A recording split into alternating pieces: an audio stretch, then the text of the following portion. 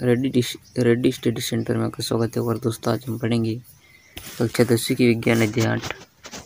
यहाँ तक पहुँच चुके हैं। जीव जनन कैसे करते हैं, ये टॉपिक है हमारा आज का एजेंडा है दोस्तों। जीव जनन कैसे करता है। तो दोस्तों, जनन क्रिया विधि पर चर्चा करेंगे और हम एक मूलभूत प्रश्न का उत्तर भी जानेंगे, जनन क्यों करते हैं ये से। तो दोस्तों, वास्तव में पोषण, शोषण, उत्सर्जन जैसी क्रिया जैव प्रक्रिया की तुलना में जीव को जीवित रखने के लिए जनन आवश्यक नहीं है। जीवित रहने के लिए जनन आवश्यक नहीं है।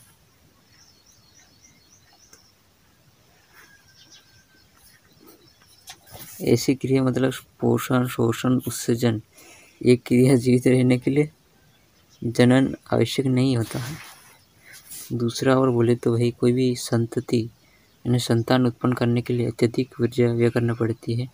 कोई बच्चा पैदा करना हो तो उसमें बहुत सारी ऊर्जा लगती है दोस्तों, है ना। अपने शरीर में पूरा अपना शरीर कमज़ोर हो जाता है।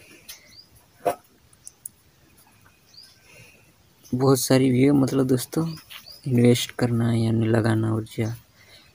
फिर जीव उस प्रक्रम में मतलब वो उपकरण होगा, मतलब प्रक्रम मतलब उपक्रम में अपनी ऊर्जा व्यर्थ क्यों करे जो उसके जीवित रहने के लिए आवश्यक नहीं होती।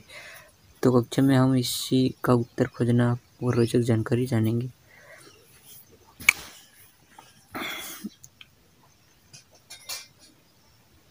स्पष्ट होता है कि विभिन्न जीव इसलिए दृष्टिगोचर होते हैं कि वहाँ पे जनन क्रिया होती है। यदि वह एक जीव एकल होती है, कोई भी जनन द्वारा अपने दृश्य से व्यष्टि नहीं उत्पन्न होता है, संभव है कि उसमें अस्तित्व पता नहीं चलता। स्पीशीज में पाए जाने वाले जीवों की संख्या ही हमें इसके अस्तित्व का ज्ञान कराती है। तो कैसे पता करेंगे दो व्यष्टि एक ही स्पीशीज के सदस्य, तो हम इसलिए कहते हैं क्योंकि एक समान दिखाई देते हैं। अतः जनन करने वाले जीव जो संतान का सर्जन करते हैं वो बहुत सीमा तक उसके समान दिखते हैं। क्या जीव पुनः तो अपनी प्रतिकृति का सृजन करते हैं। विभिन्न जीव की अभिकल्पना आकार आकृति समान होने के कारण ये सदृश्य प्रतीत होते हैं। समान है ना। शरीर का अभिकल्प समान होने के लिए उनका ब्लूप्रिंट भी समान होना चाहिए।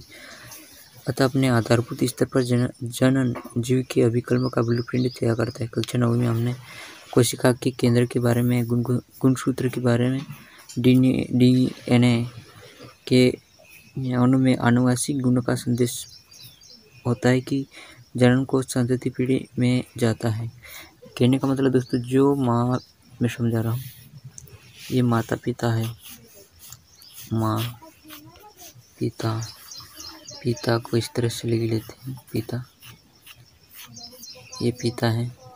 इनके जो माँ के पेट है इसमें पलेगा, तो इसमें से एक माँ का, एक मदर का, पिता का, माँ का रहेगा दोस्तों। तो इसमें से कोई सा भी गुण माँ का भी हो सकता है, पिता का भी। तो डी ऑक्सीराइबोन्यूक्लिक अम्ल है जो डीएनए के अणु को आनुवांशिक गुण का संदेश है जनन संतति पीढ़ी में जाता है दोस्तों। कोशिका के केंद्र के डीएनए में प्रोटीन संश्लेषण हेतु सूचना निहित होती है, इसलिए संदेशों के भिन्न होते की अवस्था में बनने वाली प्रोटीन भी भिन्न होगी। विभिन्न प्रोटीन के कारण अतः शारीरिक अभिकल्प में विविधता होती है। बहुत सारे प्रोटीन होगी, इसके अनुसार दोस्तों शरीर में भिन्नता भी उत्पन्न होती है। तो माता पिता के गुण तो रहते हैं पीढ़ी दर पीढ़ी। अतः जनन की मूल घटना डीएनए की प्रतिकृति बनाता है। तो ये सवाल क्यों प्रतिकृति बनाता है दोस्तों, तो ये लिख लेना, ये वाला आंसर है। कोशिका केंद्र में पाए जाने वाले गुणसूत्र डीएनए के अणु में आनुवांशिक गुणों का संदेश होता है, ये आंसर आएगा, जो जनन संस्कृति में पीढ़ी में आता है। तो ये आता है। प्रकृति का सृजन कैसे करते हैं, तो ये लिख लेना। डीएनए की प्रतिकृति बनाने के लिए कोशिका विभिन्न रासायनिक क्रिया का उपयोग करती है। डीएनए के लिए प्रतिकृति डीएनए की प्रतिकृति बनाने के लिए दोस्तों, डीएनए की संरचना बनाने के लिए कोशिका विभिन्न रासायनिक क्रिया का उपयोग करती है। जनन कोशिका में इस प्रकार डीएनए की 2 प्रतिकृतियां बनती, इसका एक दूसरे से अलग होना आवश्यक है, परंतु डीएनए की एक प्रकृति को मूल कोशिका में रखकर दूसरी प्रकृति को से बाहर निकाल देने से काम नहीं चलेगा, क्योंकि दूसरी प्रकृति के पास जैव प्रक्रम के अनुरक्षण हेतु संगठित कोशिका संरचना तो नहीं होगी। इसलिए डीएनए की प्रकृति बनने में साथ साथ दूसरी कोशिका का संरचनाओं का सृजन भी होता रहता है।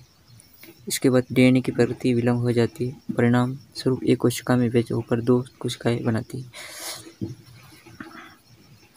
2 कोशिका बना देती है।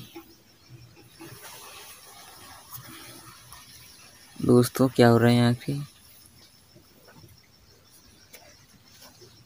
यदि दोनों कोशिका एक समान है, परंतु क्या वे पूर्ण रूप से समरूप है? इस प्रश्न का उत्तर इस बात पर निर्भर करेगी कि प्रतिकृति की प्रक्रिया कितनी अर्थात से संपादित होती है। कोई भी जैव रासायनिक प्रक्रिया पूर्ण रूप से विश्वसनीय नहीं होती, अतः यह अपेक्षित है डीएनए प्रतिकृति की प्रक्रिया में कुछ भिन्नता आएगी। परिणाम में बनने वाले डीएनए की प्रतिकृतियां एक समान तो होगी, परंतु मौलिक डीएनए का समरूप नहीं होगा। मौलिक हो सकता है, कुछ भिन्नता हो सकती है। नई जो संरचना होगी वो संगठन में समायोजित नहीं हो पाएगी। इस प्रकार से कोशिका मर जाती है। जो समायोजित नहीं हो रही, किसी में मिल नहीं रही है, वो कोशिका मर जाती है।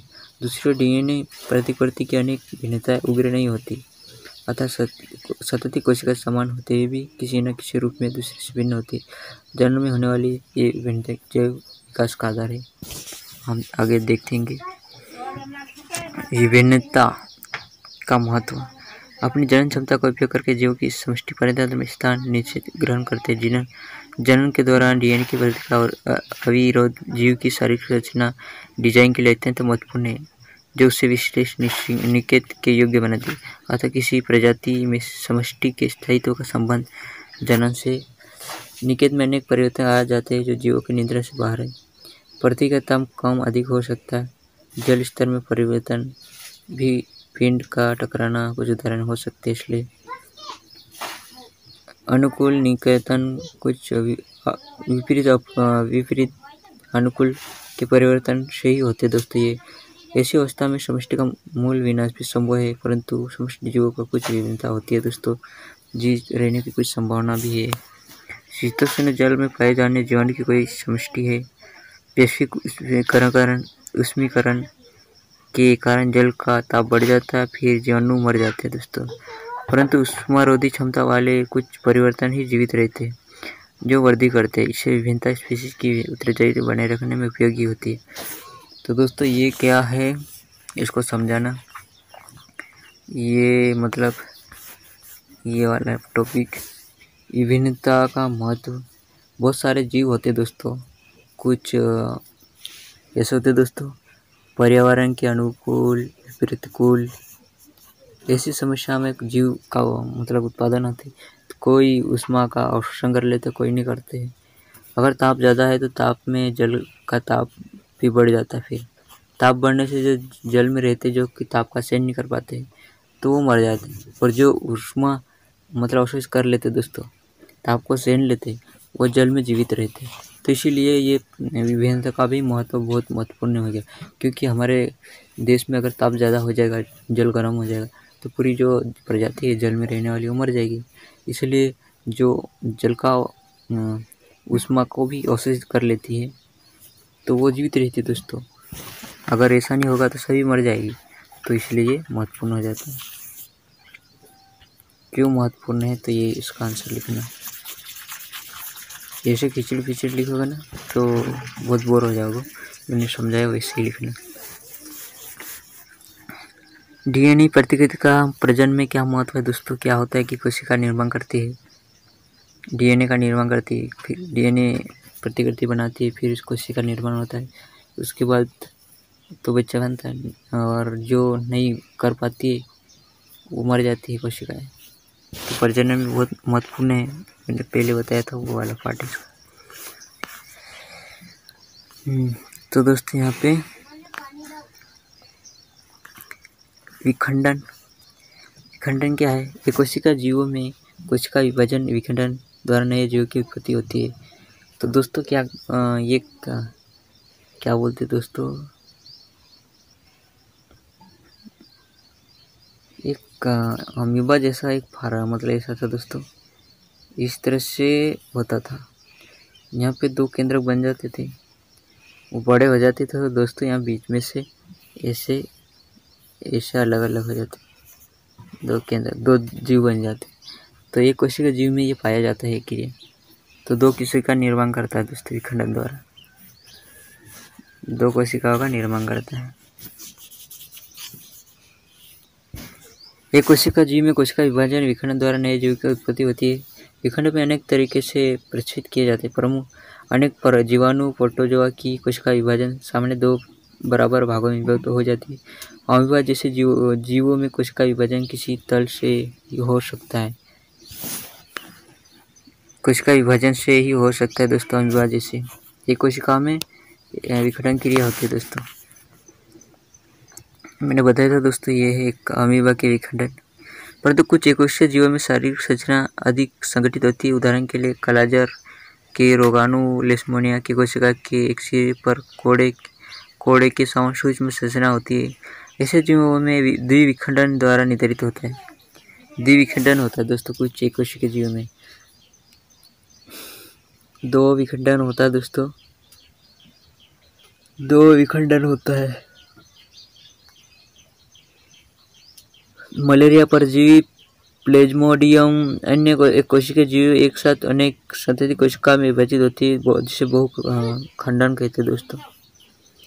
बहुखंडन किसे कहते हैं? कुछ एक कोशिकीय जीव जिसमें उनकी शारीरिक संरचना बहुत मजबूत होती है तो उसमें विखंडन नहीं होता दोस्तों। एक तो दो विखंडन द्वारा निर्धारित करते हैं दोस्तों। उदाहरण के लिए मलेरिया परजीवी प्लेज्मोडियम जैसे। दूसरी ओर इष्ट कोशिका में छोटे मुकुल उभर कर कोशिका से अलग हो जाते तथा स्वतंत्र रूप से वृद्धि करते। तो दोस्तों ये वाला उदाहरण ठीक बैठेगा। अमीबा का द्विविखंडन, अमीबा का विखंडन हो रहा है दोस्तों। यहाँ ये दोनों एक थे, फिर जैसे ही दोस्तों इसका केंद्रक पहले गोल था, फिर वो बड़ा हो गया तो केंद्रक लंबा लंबा हो गया, फिर लंबा लंबा हो गया। दोनों फिर दोस्तों अलग अलग सेंटर बन गए और अलग अलग करने वाले हो गए। जुड़ते रखे दोस्तों, पर केंद्रक अलग अलग टूट के अलग अलग हो गया। इस तरह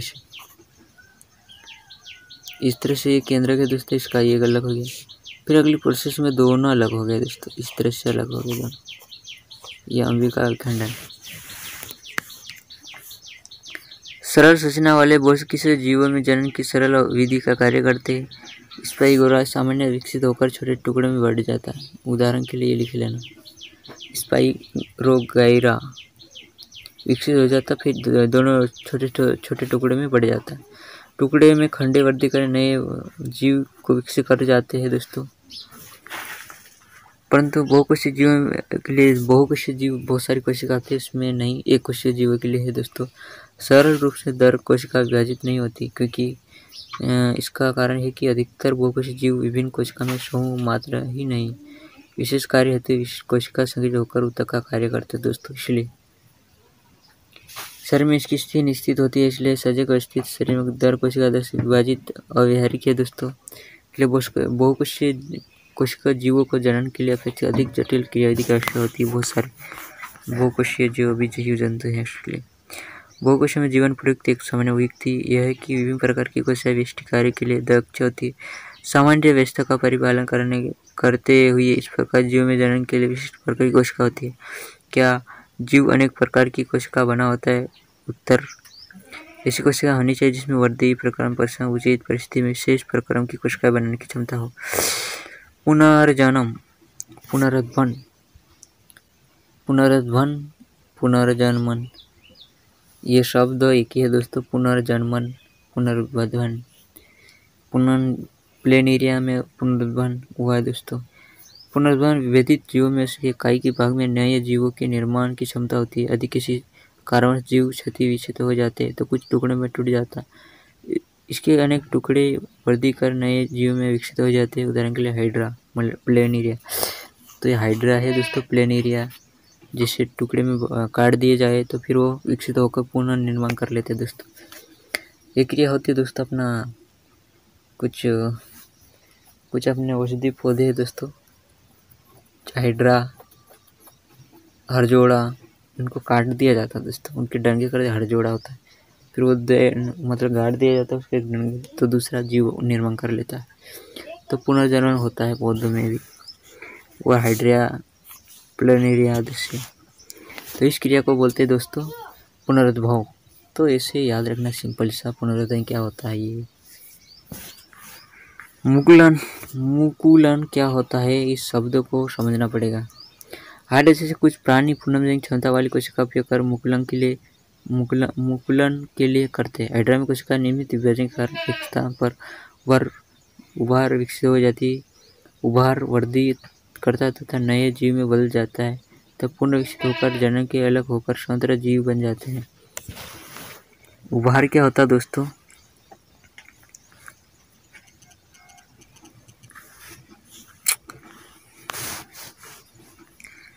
ऐसे बहुत से पौधे जिनमें कुछ भाग जैसे जड़, तना, पत्तियां उपयुक्त परिस्थिति में विकसित होकर नया पौधा उत्पन्न करते। अधिकतर जंतु में विपरीत एकल पौधे का क्षमता उपयोग जनन विधि के रूप में करते। कलम रोपण जैसे कुछ विधियां है दोस्तों कृषि क्रिया द्वारा किया जाता है।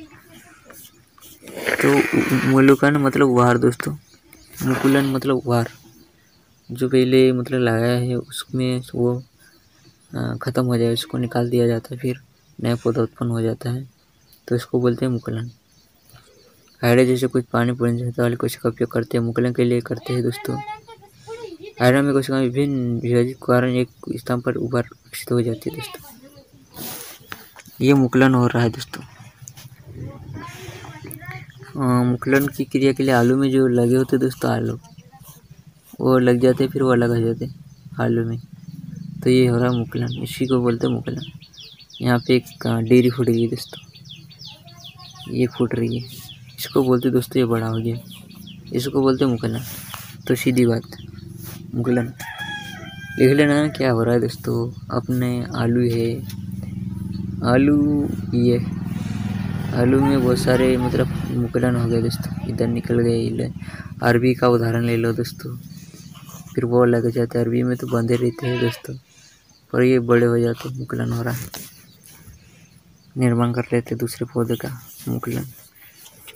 ये अरबी में भी होता है, आलू में भी होता है। हाँ, कायिक प्रवर्धन बहुत से ऐसे पौधे जिनमें कुछ भाग जैसे सड़क, जड़, तना, पत्तियां उपयुक्त परिस्थितियों में विकसित होकर नए पौधा उत्पन्न करते हैं दोस्तों। अधिकतर जीवों में के विपरीत एक पौधे की इस क्षमता का उपयोग जनन विधि के रूप में करते। परंतन कलम या रोपण जैसी कायिक प्रवर्धन की तकनीक का उपयोग कृषि में किया जाता है। गन्ना, गुलाब, अंगूर इसके उदाहरण दोस्तों। कायिक प्रवर्धन द्वारा उगाई गई पौधे में बीज द्वारा उगाए पौधे को पुष्प फल कम समय लगने लगते हैं। ये पद्धति केला, संतरा, गुलाब, चमेली जैसे पौधे में उगाने के लिए उपयोग होते हैं। बीज उत्पन्न करके क्षमता खो चुके होते हैं। कायिक प्रवर्धन का दूसरा लाभ है कि इस प्रकार के उत्पन्न सभी पौधे आनुवंशिक रूप से जनन पौधे के समान है। कहने का मतलब दोस्तों, कायिक क्या होता है दोस्तों, जो केला है अपने यहाँ, ये है दोस्तों, मैं समझा देता हूँ। ये इसको मान लेते अपनी ज़मीन है, ये अपनी ज़मीन है दोस्तों, ये अपनी ज़मीन है,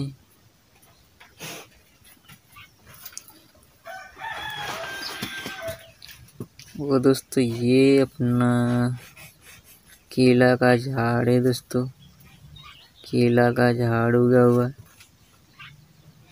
ये इसका दोस्तों क्या हुआ, प्रेजेंट टाइम के लिए इस केले को यहाँ से काट लिए और यहाँ पे लगा दिया। इस केले को काट के इस केले को काट दिए और यहाँ पे रोपण कर दिए, यहाँ पे लगा दिया। धीरे धीरे ये भी उत्पन्न हो जाएगा, बड़ा हो जाएगा। इसको बोलते कायिक प्रवर्धन। याद रखना कायिक प्रवर्धन क्या होता है।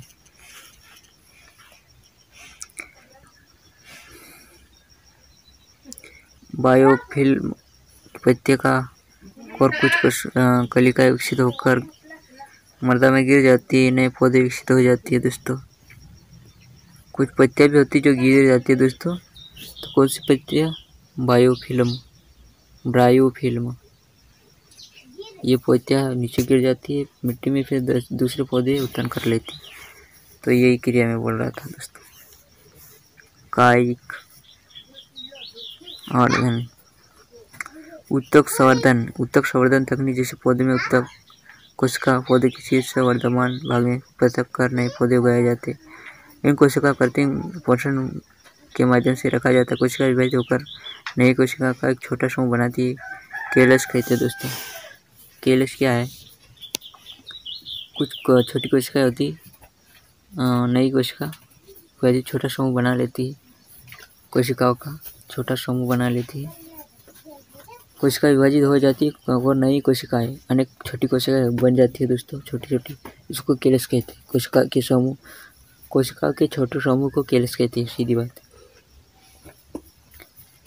विभेदन में हार्मोन से युक्त एक माध्यम ट्रांसफर होता है दोस्तों। पौधे में मिट्टी में रोप देते, फिर वृद्धि कर विकसित पौधे बन जाते हैं। उत्तक संवर्धन तकनीक द्वारा किसी एकल पौधे में अनेक पौधे संक्रमण युक्त परिस्थितियों में उत्पन्न किए जाते हैं।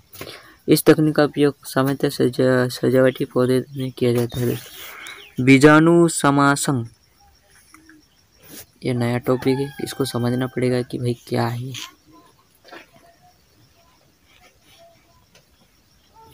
ये क्या हो गया भाई?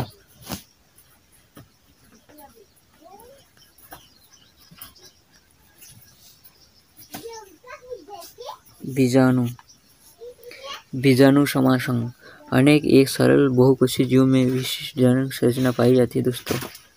ब्रेन पर धागे के समान कुछ संरचना विकसित हुई है।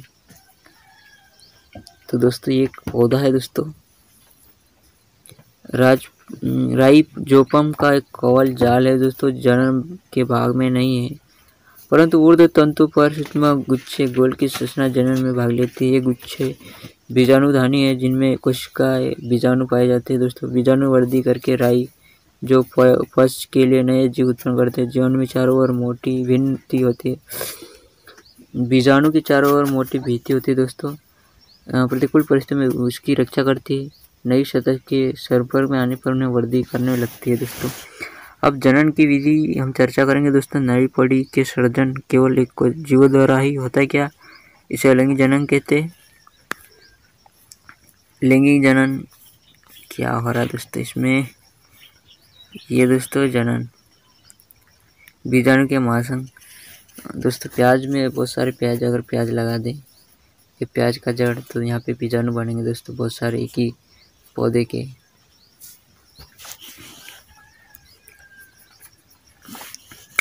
लैंगिक जनन, हम जनन की उस विधि से परिचय जिसमें नई संतति उत्पन्न करते हैं। तो वेष्टि की भागीदारी होती है एकल जीवों की।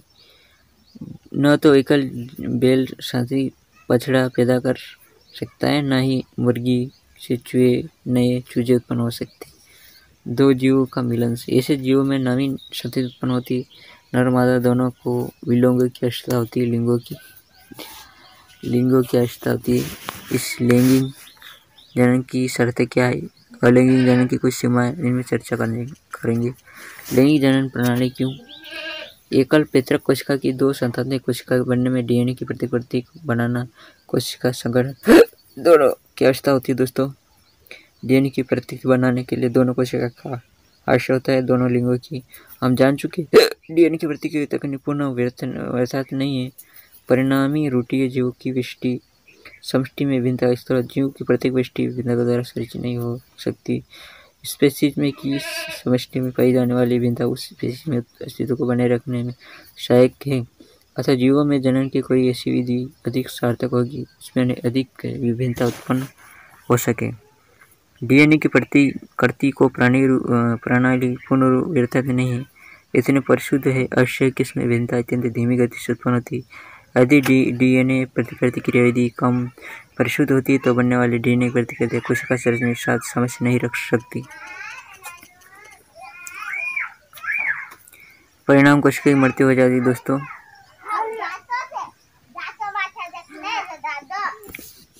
जो कोशिका ठीक नहीं वो मर जाती है दोस्तों। परिवर्तन उत्पन्न क्रिया में जिस उपकरणों के प्रकार की गति दी जाती है और प्रत्येक डीएनए की प्रतिकृति नई विभिन्नता के साथ नई पीढ़ियों में विभिन्नता संग्रहित होती रहती है। अतः दो जीवों की संग्रहित भिन्नता जैसे पैटर्न की काफ़ी भिन्न होगी, क्योंकि सभी भिन्नताएं जीवित वेष्टि में पाई जा रही है। सुनिश्चित करना होगा कि दोस्तों विभिन्नताएं हानिकारक तो नहीं है। दो या अधिक एकल जीवों में विभिन्नता नए संयोजन उत्पन्न होंगे, क्योंकि प्रक्रम में दो विभाजित जीव भाग लेते हैं। प्रत्येक संयोजन में अपने आप अनोखा होगा दोस्तों। लैंगिक जनन में दो भिन्न जीवों की प्राप्ति डीएनए को शामिल कर सकती है दोस्तों। समय से तो पैदा हो सकती है दोस्तों, यदि जो भी संतान पीढ़ी में जनक जीवों के डीएनए का एक युग्म होता रहे तो पीढ़ी में डीएनए की मात्रा पूर्व पीढ़ी के अपेक्षा दुगनी हो जाती है। डीएनए द्वारा कोशिका संगठन पर नियंत्रण टूटने की अत्यधिक संभावना है दोस्तों। समस्या के लिए हम कुछ सोचेंगे। समस्या का पढ़ चुके जो की जरूरत बढ़ती जाती है, वैसे उत्तकों द्वारा विशिष्टता बढ़ती जाती है दोस्तों। समस्या का समान जीवन खोजा, इसमें विशिष्टों का कुछ की प्रति होती है दोस्तों। कई कोशिका में ऐसे गुण सूत्र आदि होते हैं। डीएनए की मात्रा भी आदि होती है। कोशिका विभाजन की प्रक्रिया जैसे अर्धसूत्री विभाजन के द्वारा प्राप्त किया जाता है। तो दो भिन्न जीवों की एक युग्म कोशिका लैंगिक जनन में युग्म द्वारा जायगोट बनाती है। संतति में गुणसूत्र की संख्या डीएनए की मात्रा पुनः हो जाती है।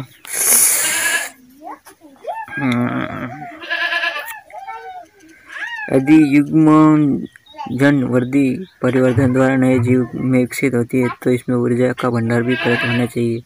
यदि सरल संरचना वाले जीवों में प्राय दो जनन कोशिका की आकृति आकार में विशेष अंतर नहीं होता, अथवा वे समाकृति भी हो सकती है, परंतु जैसे शारीरिक डिजाइन अधिक जटिल होता है, जनन कोशिका की भी विशिष्ट हो जाती है। जनन कोशिका अपेक्षाकृत बहुत बड़ी होती है अथवा उसमें भोजन भंडार भी होता है दोस्तों।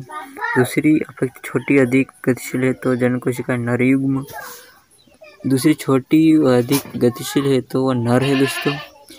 जिस जनन कोशिका में भोजन का भंडार सचित होता है मादा कहते हैं दोस्तों। कुछ हम देखेंगे दोस्तों, कुछ सृजन कैसे नए मादा वेद उत्पन्न किया तो नए जीव मादा उत्पन्न शारीरिक दृष्टि अंतर तो होता है दोस्तों। पुष्पी पौधे में लैंगिक जनन क्या होता है दोस्तों? अर्धबीजी में जनन पुष्प में विकसित होते हैं। आप पुष्प में विभिन्न विषय में पढ़ चुके दोस्तों। बाह्यदल, दल, पुंकेसर, स्त्री केसर। पुष्प में जन्म भाग है दोस्तों। पुंकेसर व स्त्री केसर ये पुष्प में जनन का भाग करते हैं, जनन का कार्य करते हैं दोस्तों। जनन कोशिका होती है। पंखुड़ी बादल क्या कार्य हो सकते हैं दोस्तों? तो पुष्प में पुंकेसर में एक जननांग उपस्थित होते हैं दोस्तों। पुष्प एक लिंगी कहलाते हैं। पपीता ये जैसे पुंकेसर स्त्री से दोनों उपस्थित होती है तो दोस्तों सर्वसम उभयलिंगी पुष्प कहते हैं। पुंकेसर स्त्री केसर दोनों रहते तो उभयलिंगी कहते हैं दोस्तों। पुंकेसर नर जायांग है दोस्तों, परागण बनाते हैं। परागण सामान्य पीले हो सकते हैं, आपने देखा होगा दोस्तों। पुंकेसर में कुछ होते तो हाथ में एक पीला पाउडर लग जाता है दोस्तों। स्त्री केसर पुष्प केंद्र में अवस्थित होता है दोस्तों। पुष्प का मादा जनांग है, तीनों भाग बनाते हैं। उभरा फूला भाग अंडाशय है दोस्तों। मध्य में लंबा भाग वर्तिका, शीर्ष भाग वर्तिकाग्र है दोस्तों। चिपचिपा पदार्थ रहता है। अंडाशय में बीजांड होते हैं दोस्तों। प्रत्येक बीजांड में एक अंड कोशिका होती है दोस्तों। परागण द्वारा उत्पन्न नरयुग्म अंडाशय कोशिकाओं में माध्यम में सलित या समाहित हो जाते हैं दोस्तों। जनन कोशिका में इस प्रकार युग्म निषेचन से युग्म बनाता है। नए पौधे में विकसित होकर क्षमता होने की क्षमता होती है दोस्तों। पुंकेसर होता है दोस्तों, क्या करता है उसमें नया चिपचिप कर देता है तो मादा में जाके गिर जाता है तो वहाँ पे फिर बीज बनने लग जाता है। दोनों का संरचना निर्माण निषेचन की प्रक्रिया प्रारंभ हो जाती है दोस्तों। अतः परागण के पुंकेसर से वर्तिकाग्र तक स्थानांतरण की आवश्यकता होती है। यदि परागण का स्थानांतरण उसी पुष्प के वर्तिकाग्र होता है तो स्वपरागण कहलाते हैं दोस्तों। उसी पौधे पे होती है तो दोस्तों स्वपरागण होगा। एक पुष्प से दूसरे पुष्प में स्थानांतरण हो रहा है तो परपरागण होगा दोस्तों। परपरागण किसे कहते हैं? स्वपरागण किसे कहते हैं? सीधी बात नो बकस दोस्तों। उसी पौधे पे उसमें निषेचन की क्रिया हो रही है, उस पर गिर के तो सो उसी पौधे पे ट्रांसफर हो रहा है दूसरे एक पौधे से दूसरे पौधे परागण बोलते दोस्तों। और एक कैसे हो गए दोस्तों? चिड़ियों द्वारा, मक्खियों द्वारा, जल द्वारा होता है ना, ये क्रिया इसी तरह होती है। परागण कैसे होता है दोस्तों, ये लिखना है। तो समझाइए कि परागण पौधों में कैसे होता है। तो भाई जो पौधा आता है फूल, वहाँ पे फिर वो किसी पक्षी द्वारा, चींटियों द्वारा, जल द्वारा, हवा द्वारा परागण होता है। परागण उसी द्वारा होता है। परागण के उपयुक्त व्यक्ति को पहुँचने के पश्चात नर युग्म को अंडाशय में स्थित मादा युग्म तक पहुँचाना होता है दोस्तों। इसलिए परागण एक नलिका विकसित होती है जिसमें व्यक्ति होती है, बीजाणु तक पहुँचती है। निषेचन के पश्चात युग्म में अनेक विभाजन होते हैं दोस्तों। बीजाणु में भ्रूण विकसित होता है, बीजाणु में एक कठोर आवरण विकसित होता है तथा बीज में परिवर्तित हो जाते हैं। अंडाशय तीव्रता में वृद्धि करता है, परिपक्व होकर फल बनाता है दोस्तों। अंतराल में बाह्यदल, पंखुड़ी, केसर, पुंकेसर, वाटिका, अग्रवाटिका, पाए मुरझाकर गिर जाते हैं दोस्तों। तो ये ढक के रखते पहले, जब तक बीज फिर वो आकर गिर जाते हैं। अपने आप पुष्प के किसी भाग को फल के साथ स्थायी रूप से जुड़े हुए देखा जाता है। बीजों में बनने वाले पौधे के लाभ है। बीज में भाई पौधे पूर्णतः उपयुक्त परिस्थिति में बहुत विकसित होकर इस प्रक्रिया में अंकुरण कहते हैं दोस्तों। क्या अंकुरण क्या होता है दोस्तों? तो दोस्तों मादा की क्रिया पुष्प, नार और स्त्री के सर की पौध क्रिया पूर्ण हो जाती है। निषेचन क्रिया बोल सकते हैं दोस्तों अच्छे से। निषेचन क्रिया पूर्ण हो जाती है दोस्तों। उसके बाद उसके नली में अंडाणु बन जाते, बीज बन जाते। उसके बाद जो क्रिया पौधे फिर जो भी दोस्तों क्या है, उसमें पंखुड़ियाँ है, बाह्यदल है, पुंकेसरवर्तिका आदि मुरझाकर गिर जाते। उसके बाद जो बीज निकलता है दोस्तों, उसको बोलते हैं अंकुरन। अंकुरन बोले तो दोस्तों क्या होगा? एग्जाम्पल के लिए आपने देखा होगा दोस्तों अपना अनार को सब जानते हैं दोस्तों। पहले उसमें आता है दोस्तों वर्तिका, बाह्यदल, पुंकेसर आते हैं। उसके बाद दोस्तों क्या होता है, फिर वो पंखुड़ियाँ, बाह्यदल जो जितने भी वो मुरझाकर गिर जाते हैं। उसके बाद जो उसका फल निकलने लग जाता है दोस्तों अनार। तो ये अनार है अंकुरन, अनार है अंकुरन दोस्तों। जैसे एग्जाम्पल दे के समझाओगे, उदाहरण दे के, तो बहुत अच्छे नंबर मिलेंगे। मानव में लैंगिक जनन क्या है? मानव में कैसा होता है दोस्तों, हमने देख चुके हैं। स्पीसीज के विषय में बारे हमें सर्वाधिक रुचि है, तो हम देख लिए मानव में लैंगिक जनन होता है दोस्तों। तो स्थूल रूप से संबंध बिंदु से प्रारंभ होता है दोस्तों। हम जानते हैं दोस्तों हमारे शरीर में कुछ परिवर्तन होते हैं दोस्तों। कक्षा 8वीं शरीर के बदलाव के बारे में शिक्षा 1 से 10 तक पहुँचते हमने हमारी लंबाई बाहर बढ़ जाता है, ऐसे दांत गिर जाते हैं, ऐसे दूध के दांत कहलाते दोस्तों। ऐसे परिवर्तन देखे हैं।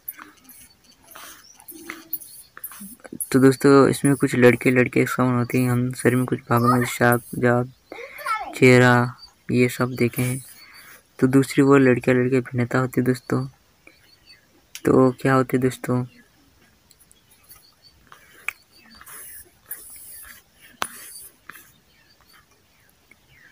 तो दोस्तों ये क्रिया होती है, जनन क्रिया होती है दोस्तों। कैसे होती है दोस्तों जनन क्रिया? मालूम है दोस्तों, क्या समझाओ? मादा और नर का मिलन हो जाता है। नर का जो शुक्राणु है वो मादा में गिर जाता है। मादा में गिरने के बाद दोस्तों एक संतति में परिवर्तन हो जाते हैं दोस्तों। धीरे धीरे बनने लग जाता है, उसमें निषेचन क्रिया प्रारंभ हो जाती है। फिर उसके बाद जो भी हो रहा है वो हो जाता है, फिर धीरे धीरे बनने लग जाता है। तो होता है दोस्तों, कैसे होता है? गर्भधारण हो जाता है दोस्तों ना, गर्भधारण।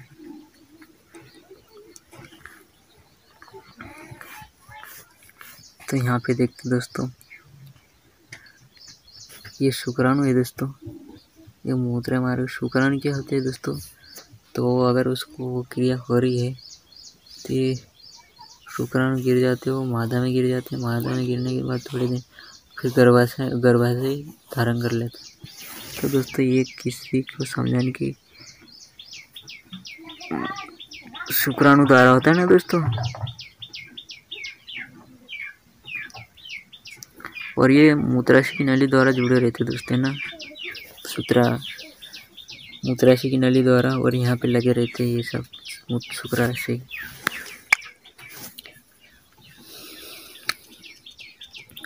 नर में है ना दोस्तों, अब मादा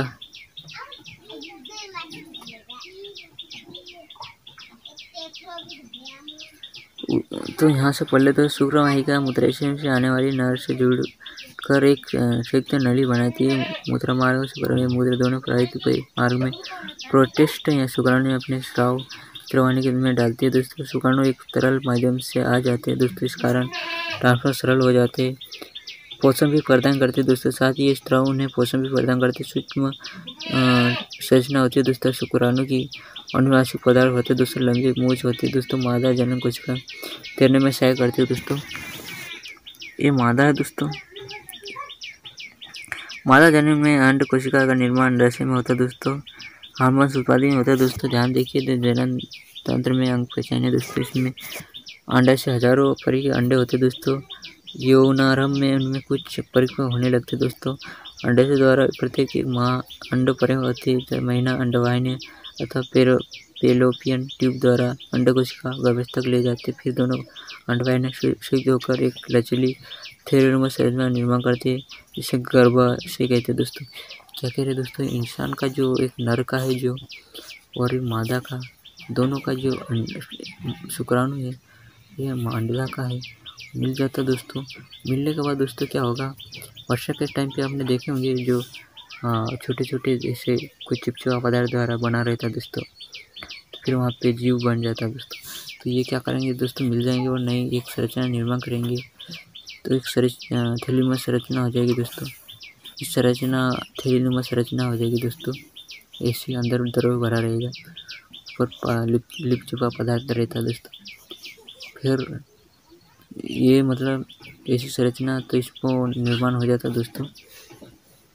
तो अंडाशय होकर एक लचीली कोशिका थैली का निर्माण कर लेती है, तो इसको गर्भाशय बोलते हैं। तो ऐसे होते दोस्तों। मैथुन में समय शुक्राणु योनि मार्ग में उपस्थित होते दोस्तों। मैथुन के समय है ना दोस्तों, मैथुन यानी समझ चुके होंगे ऐसे वाली क्रिया में, है ना। योनि उपस्थित होते दोस्तों, ऊपर की ओर यात्रा करके अंडवाहिनी तक पहुँचते, अंड कोशिका में मिल सकते, फिर निश्चित अंडा विभाजित होकर कोशिका में गेंद जैसी संरचना का भ्रूण बनाता है। भ्रूण गर्भाशय में उपस्थित होता है दोस्तों, फिर लगातार विभाजित होकर वृद्धि करता रहता, फिर अंगों का विकास करता है दोस्तों। हम पढ़ चुके गर्भधारण एक विकास के लिए विशेष रूप से अनुकूलित होते हैं दोस्तों। गर्भाशय प्रत्येक माह भ्रूण को ग्रहण करने पोषण हेतु तैयार रहती है दोस्तों। आंतरिक परत मोटी होती है दोस्तों, भ्रूण पोषण हेतु रुधिर प्रवाह भी बढ़ जाता है। भ्रूण को माँ के रुधिर से ही पोषण मिलता है, इसलिए विशेष संरचना होती है, प्लेसेंटा कहते हैं दोस्तों। एक त्रिस्तरीय नुमा संरचना है। गर्भाशय की भित्ति में धसी होती है, भ्रूण की ओर से उत्तक प्रवर्धक होते हैं दोस्तों। माँ के उत्तर में रक्त स्थान होते प्रवर्धन को आच्छादित करते हैं। यदि माँ के भ्रूण से ग्लूकोज ऑक्सीजन अन्य प्रदान कर ट्रांसफर हेतु बड़ा क्षेत्र प्रदान करते हैं दोस्तों। विकासशील भ्रूण द्वारा अवशिष्ट पदार्थ उत्पन्न करते हैं दोस्तों। निपटान उन्हें प्लेसेंटा के माध्यम से माँ के रुधिर ट्रांसफर करता है दोस्तों। माँ की रुधिर गर्भ को विकसित होकर लगभग 9 माह का समय लगता है दोस्तों। फिर लंबयुक्त शिशु का जन्म होता है दोस्तों। क्या होता है, जब अंड का निषेचन नहीं होता है तो दोस्तों लगभग 1 दिन तक जीवित रहती है। अंडाशय प्रत्येक माह में एक अंड का निषेचन होता है, तो निश्चित अंडे की प्रति है तो गर्भ से प्रति माह तैयार रहती है दोस्तों। यह क्रिया होती है, अतः भित्ति मांसल संपोजी हो जाती है।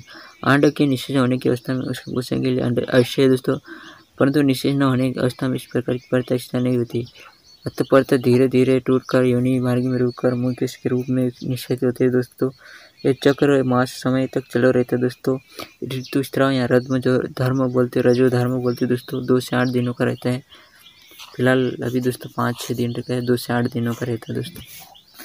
अगर अंडे का निषेचन नहीं होता है तो फिर वही क्रिया चली रहती है, बाहर निकल जाएगा दूसरा, फिर बनता रहता है, फिर माह चल रहे थे महीने में 2-8 दिन की रहती थी।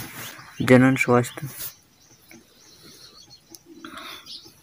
शारीरिक वृद्धि होती रहती है दोस्तों। एक समय में आंशिक रूप से एक लैंगिक प्रक्रिया का अर्थ है यानी कि शरीर अथवा मसीह जनन क्रिया गर्भधारण योग्य हो जाए। हम निर्णय किस प्रकार ले सकते हैं, शरीर की मसीह का मुख्य उत्तरदायित्व के योग्य हो सकता है, इससे पर हम सभी पर किसी न किसी प्रकार दबाव है। इस क्रिया के लिए हमारे मित्रों का दबाव भी हो सकता है, भले हम चाहे या न चाहे।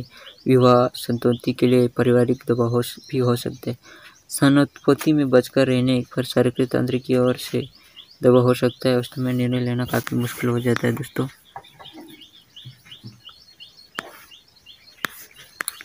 यौन क्रिया में स्वस्थ पड़ने पर प्रभाव के इसमें हम सोचना चाहेंगे। कक्षा 9 में पढ़ चुके दोस्तों। एक व्यक्ति से दूसरे व्यक्ति के रोग संचार अनेक प्रकार से हो सकते हैं यौन क्रिया में द्वारा, अतः आश्चर्य कोई बात नहीं। रोगों का लैंगिक संचार भी हो सकता है जीवाणु जनित, जैसे गोनेरिया, सिफिलिस, वायरस संक्रमण जैसे मस्मा, HIV, AIDS जैसे शामिल है दोस्तों। तो क्या होगा, सींचने के लिए आवरण कंडोम के प्रयोग से में अनेक रोगों के संचार कुछ सीमा गतिरोध संभव है दोस्तों। यौन क्रिया द्वारा गर्भाधान की समस्या सदा ही बनी रहती है दोस्तों। गर्भाधान की अवस्था में स्त्री के शरीर में भावना की मांग अप्रतिम बढ़ जाती है। गर्भाधारण की अवस्था में स्त्री के शरीर में भावना की मांग अप्रतिम बढ़ जाती है। यदि इसके लिए तैयार नहीं तो इसके लिए स्वास्थ्य पर विपरीत प्रभाव पड़ता है दोस्तों। गर्भधारण रोकने के लिए अनेक तरीके खोजे गए दोस्तों। गर्भरोधी तरीके अनेक प्रकार के हो सकते हैं दोस्तों। तंत्रिक तरीका यांत्रिक अवरोधन का है, जो शुक्राणु अंडों कोशिकाओं तक न पहुंच सके। शिशु को ढकने वाले कंडोम यानी योनि में रहने वाली अनेक युक्तियां का उपयोग किया जा सकता है। दूसरे शरीर में हार्मोन संतुलन परिवर्तन जिसमें अंड का मोचन नहीं होता है दोस्तों, निश्चित नहीं हो सकते। ये दवाई सामान्य गोली के रूप में ली जाती है दोस्तों। हार्मोन संतुलन को परिवर्तन करती है, फिर प्रभाव तो पड़ता है दोस्तों गर्भाधान। कुछ ऐसे उपचार जैसे लूप कापट्टी को गर्भ से स्थापित करके किया जा सकता है। लूप या कापट्टी गर्भाधान उत्तेजन के विपरीत प्रभाव भी रोक सकते हैं। शुक्राणु को अवरुद्ध कर दिया जाए तो शुक्राणु का ट्रांसफर रुक जाते। यदि स्त्री की अंडवाहिनियां फैलोपियन नलिका अवरुद्ध कर दिया जाए तो अंड तक नहीं पहुंच सके, दोनों अवस्था में से नहीं हो पाए तो शल्य क्रिया तकनीक इस प्रकार अवरोध उत्पन्न कर सकते। शल्य क्रिया है ना दोस्तों, भविष्य के लिए सुरक्षित है, परंतु सावधानी पूर्वक करने पर यह समस्या उत्पन्न हो सकती है दोस्तों।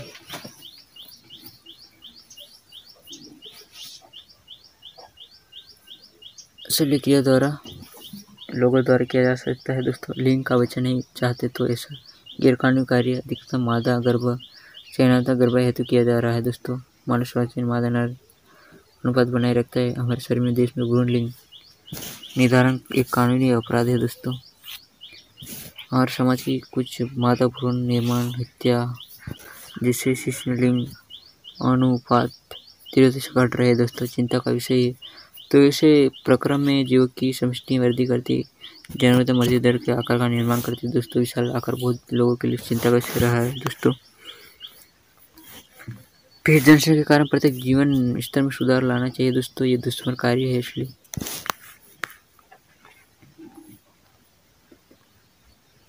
परागण क्रिया निषेचन से किस प्रकार भिन्न है दोस्तों, ये समझा देना है। परागण क्रिया कैसे होती है दोस्तों, ये वायु कीड़ों द्वारा होती है दोस्तों, हवा पानी द्वारा, है ना। शुक्राणु प्रतिस्ग्रंथि की क्या भूमिका है दोस्तों, ये लिख लेना। यौन अवस्था में समय लड़कियों की कौन से परिवर्तन दिखाई देते हैं, ये लिख लेना दोस्तों। माँ के शरीर में गर्भ से धारण भ्रूण की पोषण किस प्रकार होता है दोस्तों।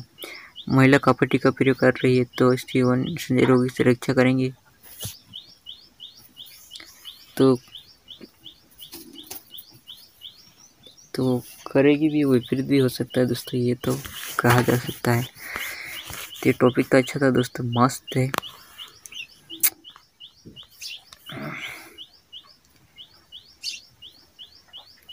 लैंगिक जन्म में संतति उत्पादन है तो दो जीव भाग लेते हैं दोस्तों, ये नर प्लस मादा ये भाग लेंगे। तो अभ्यास प्रश्न है दोस्तों, अलैंगिक जनन मुकुलन होता है दोस्तों, प्लेज्मोडियम में होता है दोस्तों। निम्न कौन सा मादा में जनन तंत्र का भाग नहीं है दोस्तों, अंडस शुक्रवाहिका। पराकोष में होते हैं दोस्तों, परागकण। अलैंगिक जनन के अवशेष जनन के लाभ मानव में प्रसंग का कार्य है। ऋतुस्राव क्यों होता है दोस्तों, ये सब बता दिया मैंने। और दोस्तों चैनल पे अगर नए हो तो सब्सक्राइब शेयर जरूर करना। मिलते हैं अगले वीडियो में। Thank you.